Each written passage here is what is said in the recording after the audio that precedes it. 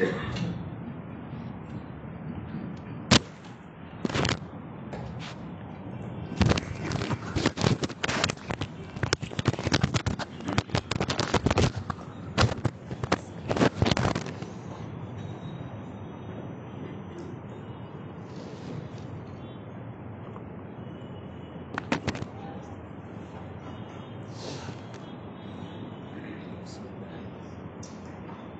لله رب العالمين والصلاة والسلام على سيد المرسلين وعلى آله وأصحابه أجمعين. قال الله تبارك وتعالى في الكلام المجيد والفرقان الحميد: أعوذ بالله من الشيطان الرجيم، بسم الله الرحمن الرحيم. واتل عليهم نبأ ابني آدم بالحق إذ قربا قربانا فتقبل من أحدهما ولم يتقبل من الآخر قال لأقتلنك. وقال تعالى: من أجل ذلك كتبنا على بني إسرائيل أنه من قتل نفسا بغير نفس أو فساد في الأرض فكأنما قتل الناس جميعا ومن أحياها فكأنما أحيا الناس جميعا. وقال تعالى: لا ينهاكم الله عن الذين لم يقاتلوكم في الدين ولم يخرجوكم من دياركم أن تبروهم وتقسطوا إليهم إن الله يحب المقسطين. صدق الله العظيم وصدق رسوله النبي الكريم ونحن على ذلك لمن الشاهدين والشاكرين والحمد لله رب العالمين. محترم و مکرم حضرات علماء کرام اور ایمان والے بھائیوں، کلام پاک کی جن آیات کی آپ حضرات کے سامنے تلاوت کی، اس میں اللہ تبارک و تعالی سیدنا حضرت آدم علیہ السلام کے دو صاحبزادوں کا واقعہ بیان فرماتے ہیں، اور پھر اسی واقعے کو ذکر کرنے کے بعد ایک اور اصول جو بنی اسرائیل پر نازل فرمایا اس کو ذکر فرمایا: من اجل ذلک کتبنا علی بنی اسرائیل. تیسری آیت جو آپ کے سامنے پڑھی ہے اس میں غیر مسلمین کے ساتھ کس طرح کا سلوک کیا جائے، کیسے ان کے ساتھ رہا جائے، ہمدردی خواہی کیسے کی جائے، اللہ تبارک تعالیٰ نے اس کے لیے اصول اور ضابطے ذکر فرمائے. ہم اور آپ جن حالات سے اس وقت ملک میں گزر رہے ہیں، یہ جو واقعہ پیش آیا کشمیر میں، قرآن اور حدیث کی روشنی میں نہتے لوگوں کو قتل کرنا، اسلام میں پوری من قتل الناس فکأنما قتل من ایک نفس کو قتل کرے، اللہ پاک نے فرمایا فکأنما قتل الناس جميعا، گویا اس نے ساری انسانیت کو قتل کر دیا. یہ قرآن کریم کی آیات اور رسول اور جناب نبی اکرم صلی اللہ علیہ وسلم کی عملی زندگی، مکہ میں کیسے آپ نے سلوک کیا، حدیبیہ کیسے پیش آئی، اور پھر آپ نے کیسے کیسے لوگوں کے ساتھ عدل اور انصاف سے کام لیا. یہ اسلام کا وہ ایک صاف ستھرا نظام ہے جس میں وہ ظلم کو، زیادتی کو، ناحق قتل کو کسی طرح پسند نہیں فرماتا. جہاں رحمان کے بندوں کا ذکر فرمایا لا یقتلون الناس، وہاں بھی یہ فرمایا کہ وہ کسی کو ناحق قتل نہیں کرتے. ولا یقتلون النفس التي حرم اللہ الا بالحق. اس لیے سیدنا آدم علیہ السلام کے قصے سے اللہ پاک نے ابتدا فرمائی. ایک کی قربانی قبول ہوئی اللہ پاک کے یہاں اور دوسرے کی قبول نہیں ہوئی، تو اس نے کہا میں تجھے قتل کر دوں، اور پھر اس کے بعد اپنے بھائی کو قتل بھی کیا. دوسرے بھائی نے اس کے جواب میں کہا مرنے سے پہلے لئن بسطت الی یدک، اگر تو اپنا ہاتھ مجھے نقصان پہنچانے کے لیے میری طرف بڑھائے گا تاکہ تو مجھے قتل کرے، ما انا بباسط یدی الیک، میں اپنا ہاتھ تیری طرف نہیں بڑھاؤں گا لڑنے کے لیے بلکہ میں صبر سے کام لوں گا.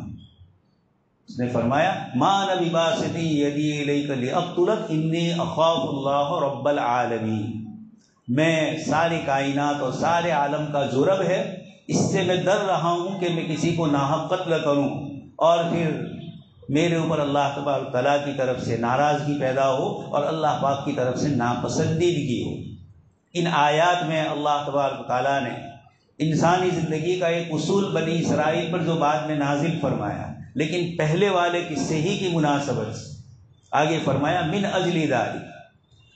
حابیل اور قابیل کا جو واقعہ پیش آیا اور بھائی نے اپنے بھائی کو قتل کر دیا، پھر اس کی ناز کو لے کر پھرتا رہا، اور پھر اللہ پاک نے فبعث اللہ غرابا، کوے کو بھیجا اور اس نے ناز کو دفن کرنے کا طریقہ سکھلایا۔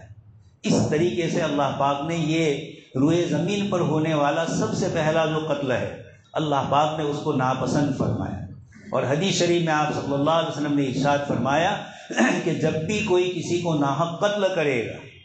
حضرت آدم علیہ السلام کے اس بیٹے کو جس نے اس برے رواج کی بنیاد ڈالی، کفل منہا، اس کو عذاب کا ایک حصہ اس میں سے ملے گا۔ یہ قرآن کریم اور احادیث مبارکہ کے اصول اور آداب ہے جس کو اللہ تبارک تعالیٰ نے اپنے پاک کلام میں صاف اور واضح طور پر فرمایا ہے۔ اس لیے اس قسم کے جو واقعات ہوتے ہیں یا ہو چکے ہیں، جہاں ناحق لوگوں کو قتل کیا جائے، دنیا کے جس کسی حصے میں بھی جو قوم بھی اور جو لوگ بھی دوسروں کے ساتھ اس طرح کا سلوک کریں گے، اللہ تبارک تعالیٰ نے ان اصول اور آداب کی روشنی میں فرمایا کہ اس کو بھی اس کا حق اور اس کی سزا اس میں سے اس کو ملے گی۔ اس لیے ہم ہندوستان کے مسلمان اس پیش آنے والے واقعے کو قرآن و حدیث، انسانیت اور مانوتا کے نام پر ہم اس کی مخالفت کرتے ہیں۔ ہم قرآنی اصول اور آداب کی روشنی میں عمل کرنا چاہتے ہیں، اور کتاب اللہ میں اللہ پاک نے یہ اصول اور آداب بتلا دیے کہ کس طریقے سے انسانوں کو آپس میں رہنا ہے، کیسے ایک دوسرے کے حقوق ادا کرنا ہے۔ قرآن کریم نے 2-4 منٹ دو آدمی ایک دوسرے کے ساتھ بیٹھتے ہیں، پڑوسی بن جاتے ہیں، چاہے مسجد میں ہو، کسی مجلس میں ہو، کہیں اور ٹرینوں میں اور بسوں میں ہو، قرآن کریم نے اس کے بھی حقوق اور آداب کو ذکر فرمایا ہے۔ تو جس قوم کے ساتھ ہم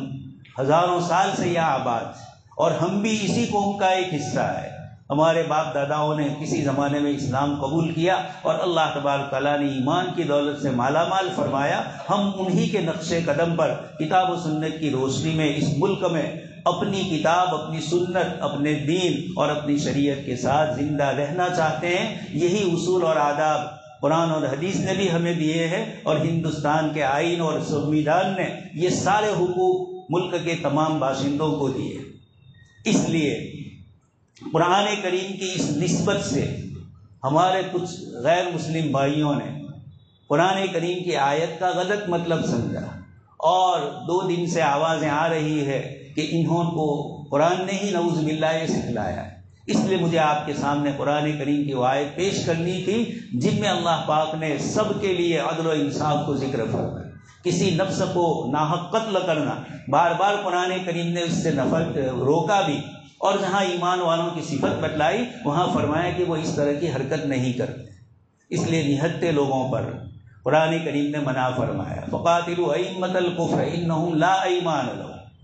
جو دشمنی کرے، جو تکلیف دے، اذیتیں دے، تو اپنی ذات کے بچاؤ کے لیے آدمی کر سکتا ہے۔ یہ بھی دین اور شریعت اور ہندوستان کے آئین نے ڈیفینس کا حق دیا ہے۔ یہ تمام چیزیں اپنی جگہ پر، لیکن اس بنیاد پر قرآن اور حدیث کی طرف غلط نسبت کر کے ہمارے ہندوستان کے غیر مسلم بھائیوں کو ورغلانے کی کوشش ہو رہی ہے، اور ملک میں مسلمان اور غیر مسلمان کے درمیان فرق کرنے کی جو کوشش ہو رہی ہے، چاہے حملہ کرنے والوں نے جس انداز سے بھی بولا ہو، کہا ہو، نہ کہا ہو، لیکن کتاب اللہ اس سے منع فرما۔ یہ وہ دین ہے جہاں انبیاء کرام علیہ السلام اپنی قوم سے کہتے ہیں یا قومی، یا قوم، بار بار فرمایا جا رہا ہے میری قوم۔ نبی اپنے سامنے جو مخاطب ہے ان کو بھی اپنے بھائی بتلا کر یا قوم لیس بی صفاحۃ، یا قوم لیس بی ضلالۃ، میں گمراہ نہیں ہوں، میں بے وقوف نہیں ہوں۔ انبیاء کرام علیہ السلام اپنے اوپر لوگ الزام ڈال رہے ہیں، اور نبی جس پیارے انداز میں فرماتے ہیں یا قوم، اے میری قوم۔ مکہ مکرمہ کے 13 سال اور مدینہ منورہ کے 6-7 سال مسلسل دشمن ستا رہے مکہ والے، لیکن جب آپ صلی اللہ علیہ وسلم فاتحانہ شان سے مکہ مکرمہ میں داخل ہوئے تو آپ نے سب کو معاف فرما دیا۔ جنہوں نے تپتی ہوئی ریت پر لوگوں کو لٹایا تھا، پتھر اس پر رکھے گئے تھے، ان کو بند کر کے ان کا سانس گھوٹا گیا تھا، اور اس طرح کی مار پیٹ کی ساری سازشیں اور کوششیں کی گئی۔ اس کے بعد جب آپ صلی اللہ علیہ وسلم مکہ مکرمہ میں داخل ہوتے ہیں، آپ فرماتے ہیں الیوم یوم المرحمہ، آج کا دن رحم کرنے کا دن۔ قرآن کھولیے، پہلے ہی ہے بسم اللہ الرحمن الرحیم، میں اس اللہ کے نام سے شروع کرتا ہوں جو بڑا مہربان نہایت رحم کرنے والا۔ اس لیے ہماری سلام، ہماری قرآن کی آیات کا پڑھنا، نمازوں میں پڑھنا، اللہ پاک نے ارشاد فرمایا تلک الدار الآخرۃ نجعلها للذین لا یریدون علوا فی الارض ولا فساد۔ جو لوگ زمین میں فساد مچاتے ہیں، جو لوگ دوسروں کو ستاتے ہیں، ولا تعثوا فی الارض مفسدین۔ حضرت شعیب علیہ السلام اپنی قوم کو فرماتے ہیں کہ یہ جو تم فساد مچاتے ہو، ناحق انسانوں کا قتل کرتے ہو، ڈکیتی کرتے ہو، لوگوں کے مال پر حملہ کر کے چھین لیتے ہو، ان تمام چیزوں کو ذکر کر کے آگے حضرت شعیب علیہ السلام نے فرمایا یہ چیزیں اللہ پاک کو پسند نہیں۔ تواضع اور انکساری اللہ پاک کو پسند ہے، تکبر اور بڑائی قومی عصبیت کی بنیاد پر، علاقے کی بنیاد پر، مذہب کی بنیاد پر قرآن کریم نے ان تمام کو ختم کر دیا۔ اللہ پاک نے صاف ارشاد فرما دیا سورہ حجرات میں کہ یہ تمہارے قبیلے اور یہ تمہارے خاندان اس لیے ہے لتعارف، ایک دوسرے کی پہچان ہو۔ اس لیے جو آیت میں نے آپ کے سامنے پڑھی اس میں اللہ پاک بنی اسرائیل کو، یہودیوں کو خطاب کر کے فرماتے ہیں کہ آدم علیہ السلام کے بیٹے نے یہ ناحق قتل کیا، من اجل ذلک کتبنا علی بنی اسرائیل۔ حضرت موسیٰ علیہ السلام اور بنی اسرائیل پر ہم نے یہ حکم ذکر فرمایا، من قتل نفسا بغیر نفس، جو کسی نفس کو ناحق قتل کرے، کسی جان کو ناحق لے لے، او فساد فی الارض، یا زمین میں فساد مچائے۔ فساد کی جتنی شکلیں ہیں وہ سب اس میں شامل ہے۔ اللہ پاک نے ان سب کو قیامت تک جتنے بھی فساد کی شکلیں آئے گی، حضرت آدم علیہ السلام کے زمانے سے لے کر قیامت تک، ان سب کو اس آیت میں اللہ پاک نے فرما دیا کہ من قتل نفسا بغیر نفس او فساد فی الارض فکأنما قتل الناس جميعا، اس نے ساری انسانیت کا قتل کیا۔ اور ومن احیاھا، جس نے ایک جان کو بچایا، اس نے گویا کہ سارے انسانوں کو بچایا۔ یہ تعبیر ہے قرآن کریم کی۔ ایک نوجوان نے اپنی جان کی بازی لگا کر مقابلہ کیا اور وہ اللہ کی راہ میں مقابلہ کرتے ہوئے شہید ہو گیا۔ یہ ہندوستان کی تاریخ کا وہ واقعہ ہے جس نے بتلا دیا کہ اس ملک کے باشندوں میں آپس میں کوئی تفریق کرنا چاہے تفریق نہیں کر سکتا۔ پورے ملک میں مسلمانوں نے بھی اس کی مخالفت کی، غیر مسلم بھائیوں نے بھی کی، اور بھی اس سلسلے کی حکومتوں کے اپنے مسائل ہوتے ہیں، وہ اپنے مقاصد حل کرنے کے لیے پڑوسی ملک کے ایک بڑے صحافی ہے، انہوں نے خود اس بات کو ذکر کیا پاکستان کے آرمی چیف کو خطاب کرتے ہوئے کہ ہمیں ہمارے ملک میں سکون اور امن سے رہنا ہے، ہمیں کوئی فساد اور کسی لڑائی کی ضرورت نہیں۔ لیکن برسوں سے فرعون کا میڈیا جس طرح کام کرتا تھا، ہر زمانے کے ظالموں اور جابروں کا یہی حال ہوتا ہے، وہ اپنے مفاد کے لیے، اپنے فائدے کے لیے پوری قوم کو جھونک دیتے ہیں لڑائی اور فساد کے اندر۔ ہر جگہ پر اور ہر زمانے میں اس طرح کے مسائل ہوئے۔ قرآن کریم میں اللہ پاک نے فرما دیا، صاف ارشاد فرما دیا، تمہاری یہ ساری چیزیں اللہ تبارک تعالیٰ علیم بذات الصدور ہے، وہ دلوں کے رازوں کو، دلوں کے بید کو جانتے ہیں، تمہاری کیا نیتیں ہیں، کس طریقے سے تم یہ مسائل پیدا کر رہے ہو، یہ تمام چیزیں قرآن کریم نے ذکر فرمایا۔ دوستو اور بزرگوں، اس ملک میں اسلام جناب نبی اکرم صلی اللہ علیہ وسلم کے تشریف لے جانے کے 4-5 سال کے بعد ہی یہ بروچ شہر، مالابار، تھانہ، ان جگہوں پر صحابہ کرام تشریف لا چکے تھے۔ حضرت آدم علیہ السلام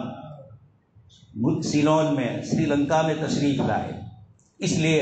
حضرت علامہ سید سلیمان ندوی رحمۃ اللہ علیہ فرماتے ہیں کہ اگر ہمارے ہندو بھائی یہ کہے کہ ہماری ہسٹری 5000 سالہ ہے، تو ہم کہیں گے ہماری ہسٹری 10 سے 11,000 سال پہلے کی ہے، حضرت آدم علیہ السلام سے شروع ہوتی ہے، اور وہ اس وقت ہندوستان کا حصہ تھا۔ اس اعتبار سے یہ ہمارے باپ داداؤں نے اسلام کی خوبیاں دیکھی، اسلام کی سمانتا اور ورن بھید، ذاتی بھید کو ختم کر دیا اسلام نے۔ ان اقربکم عند اللہ اتقاکم فرمایا۔ اس کی بنیاد پر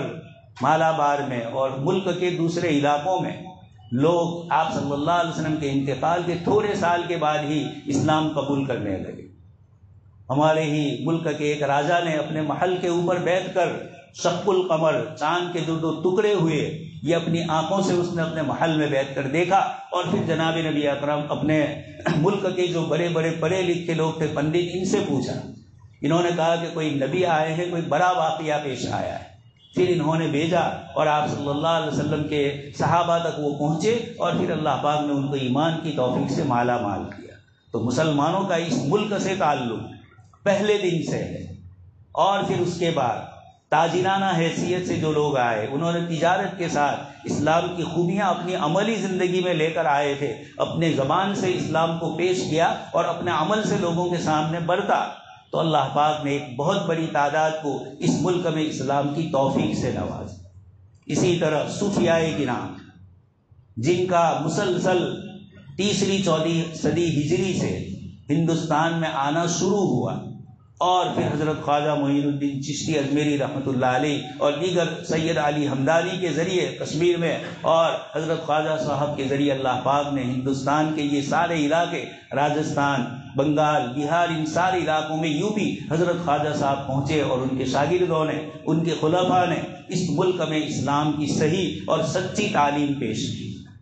حضرت علامہ سید سلیمان ندوی رحمۃ اللہ علیہ لکھتے ہیں کہ یہاں بادشاہ آئے، بڑے بڑے مسلمان اپنے ملکوں سے آئے، اور انہوں نے یہی اپنے آپ کو بسا دیا۔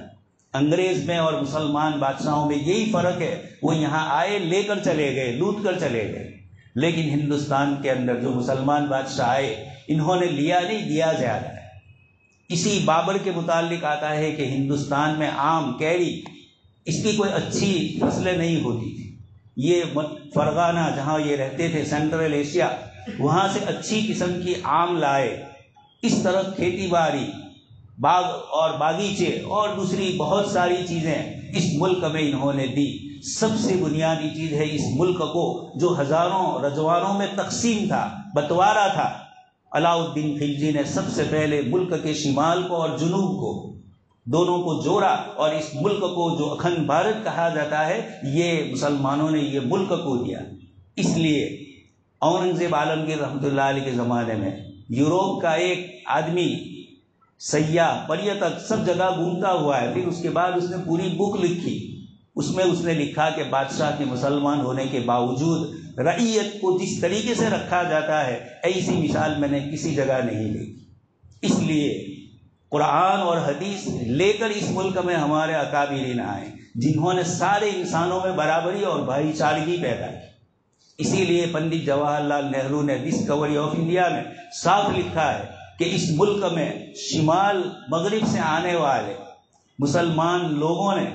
اس ملک سے سب سے بڑا کام یہ کیا کہ یہاں سب کو برابر قرار دیا، جبکہ یہاں ورنوں میں اور گناتیوں میں تقسیم ہوئے، انہوں نے رعیت کو بھی ہندوستانی بنایا، اور پورے ملک کا ایڈمنسٹریشن بھی انہوں نے مضبوط کر کے سینٹرل گورنمنٹ کے ذریعے پورے ملک کو چلایا۔ انگریز کو تو بنا بنایا مل گیا تھا، لیکن جب مسلمان بادشاہ آئے تھے تو ہر جگہ الگ الگ رجوع، جس کی وجہ سے ملک کی ترقی نہیں ہو رہی، ملک کو دنیا کے اندر اس کی جی ڈی پی اتنی نہیں بڑھے گی۔ ان لوگوں نے یہ ساری چیزیں پیش کی۔ یہ اس ملک میں راکٹ کس نے دیا؟ سب سے پہلے سلطان ٹیپو سلطان نے اس کو پیش کیا۔ عبد الکلام، جن کا نام بولا جاتا ہے ابو الکلام ہوتا ہے اصل نام، یہ ہمارے عبد الکلام نے یہ فرمایا کہ میں ایک ملک میں گیا، وہاں کے میوزیم میں میں نے کچھ راکٹ اور میزائل کی شکلیں دیکھی۔ پوچھا گیا کہ یہ کس کی ہے، تو تحقیق سے بتلایا گیا کہ یہ ہندوستان ہی کا بادشاہ ٹیپو سلطان نے انگریز کے مقابلے میں جو بنائی تھی، یہ یہاں میوزیم میں اس کو لایا گیا ہے۔ وہ کہتے ہیں کہ مجھے اسی سے پریرنا ملی، اور پھر میں نے ہندوستان میں میزائل کو اور آگے بڑھایا، اور اس وقت میزائل مین کے نام سے وہ یاد کیے جاتے۔ ہندوستان کو روپیہ جو بولا جاتا ہے، یہ کس نے دیا؟ شیر شاہ سوری نے سب سے پہلے روپیے کا نام رکھا، اور انہوں نے پورا نظام قائم کیا، ایک سڑک بنائی جو پورے ملک کے مشرق سے مغرب تک کو جوڑ دی، اس وقت کا متحدہ ہندوستان۔ اسی طرح جھنڈا جس کو لے کر ہم پھرتے ہیں، فخر کرتے ہیں، اس جھنڈے کا کلر اور ڈیزائن ایک مسلمان نے بنائی۔ جے ہند کا نعرہ مسلمانوں نے دیا ہے۔ یہ تمام چیزیں وہ ہے کہ اس ملک میں ہم یہاں اس کی ترقی میں، اس کو آگے بڑھانے میں برابر کے شریک ہیں۔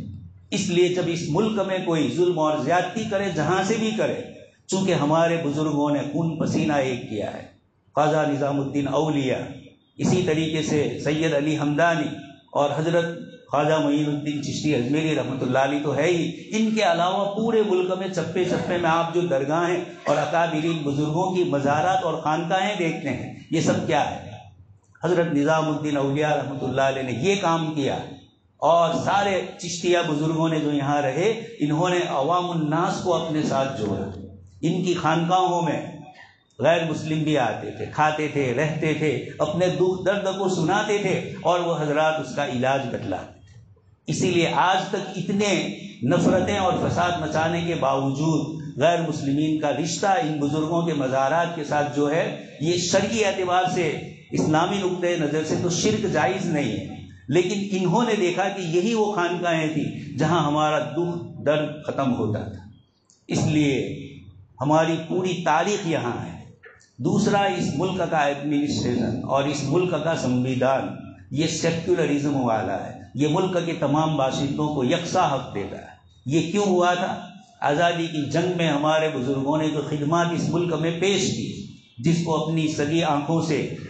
گاندھی جی نے دیکھا تھا، جواہر لال نہرو نے، پنڈت جواہر لال نہرو نے دیکھا تھا، سردار نے دیکھا تھا، انہوں نے دیکھا کہ جتنا ہم جیل میں گئے ہیں، ابوالکلام ہم سے زیادہ جیل میں گئے ہیں، حضرت مولانا سید حسین احمد مدنی رحمۃ اللہ علیہ ان گاندھی جی اور نہرو سے بھی زیادہ سال ہندوستان کی انگریزوں کی جیل میں رہے،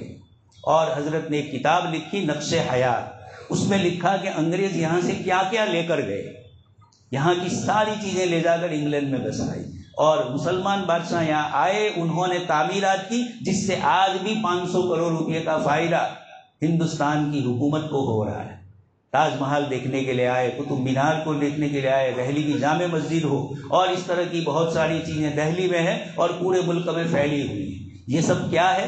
یہاں کا پیسہ یہیں لگایا، اور آج اسی پیسے سے ملک ایک بڑا حصہ اس کے بجٹ کا اس میں سے پاس ہو رہا ہے۔ یہ ہم نے سب کچھ دیا دنیاوی اعتبار سے، اس کے ساتھ سب سے بڑی چیز اس ملک میں جو لے کر آئے، توحید کی اور مساوات اور بھائی چارگی کی سب سے بڑی تعلیم اس ملک میں لے کر آئے مسلمان۔ انہوں نے سب کو بھائی بھائی بنایا، غریبوں کو، کمزوروں کو۔ اس کی وجہ کیا تھی؟ ہمارے پاس کتاب اللہ محفوظ تھی، سنت محفوظ ہے، آپ صلی اللہ علیہ وسلم کی سیرت محفوظ ہے۔ ان تمام چیزوں کا مجموعہ ملا کر اس ملک میں ہمارے لیے ملک کے باشندوں کے ساتھ کس طرح رہنا ہے، کتاب اللہ نے فرمایا لا ينهاكم الله عن الذين لم يقاتلوكم في الدين، جو دین کے سلسلے میں تم سے لڑائی نہیں کرتے، تم کو گھروں سے نہیں نکالتے، تمہارے پر ظلم اور زیادتی نہیں کرتے ہیں، ان تبروهم وتقسطوا الیہم، تم ان کے ساتھ اچھا سلوک کرو، انصاف سے پیش آؤ۔ آپ سن چکے ہیں، بہت ساری کلپس آئی، وہاں کی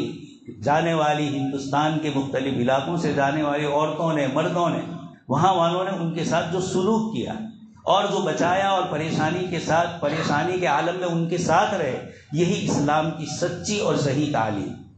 جو کوئی بھی فساد مچائے، چاہے وہ مسلمان ہو، شریعت مطہرہ میں اس کی سخت سزا بتلائی گئی ہے۔ انما جزاء الذین یحاربون اللہ ورسولہ ویسعون فی الارض فسادا، آگے فرمایا ان یقتلوا، ان کو قتل کیا جائے، ان النفس بالنفس، قرآن کا یہ اصول ہے۔ اس لیے اسلام یہ کہتا ہے کہ عدل و انصاف کے اندر اور کورٹ کچہریوں کے فیصلوں میں دیری نہ کی جائے، اس کی وجہ سے گنہگار کو اور زیادہ پنپنے کا موقع ملتا ہے، جبکہ اسلام عدل و انصاف کے تقاضوں کے ساتھ انصاف جلدی کروانا چاہتا ہے، تاکہ مظلوم کے اوپر جو ظلم اور زیادتی ہوئی ہو اس کا انتقام حکومتیں لیں، حکومت خود بھی ظالم نہ بنے، حکومت خود بھی اپنے ملک کے باشندوں میں تفریق نہ کرے۔ اس ملک کے سنویدھان نے سب کو جو برابر کے حقوق دیے ہیں، یہ سارے حقوق دیے جائیں۔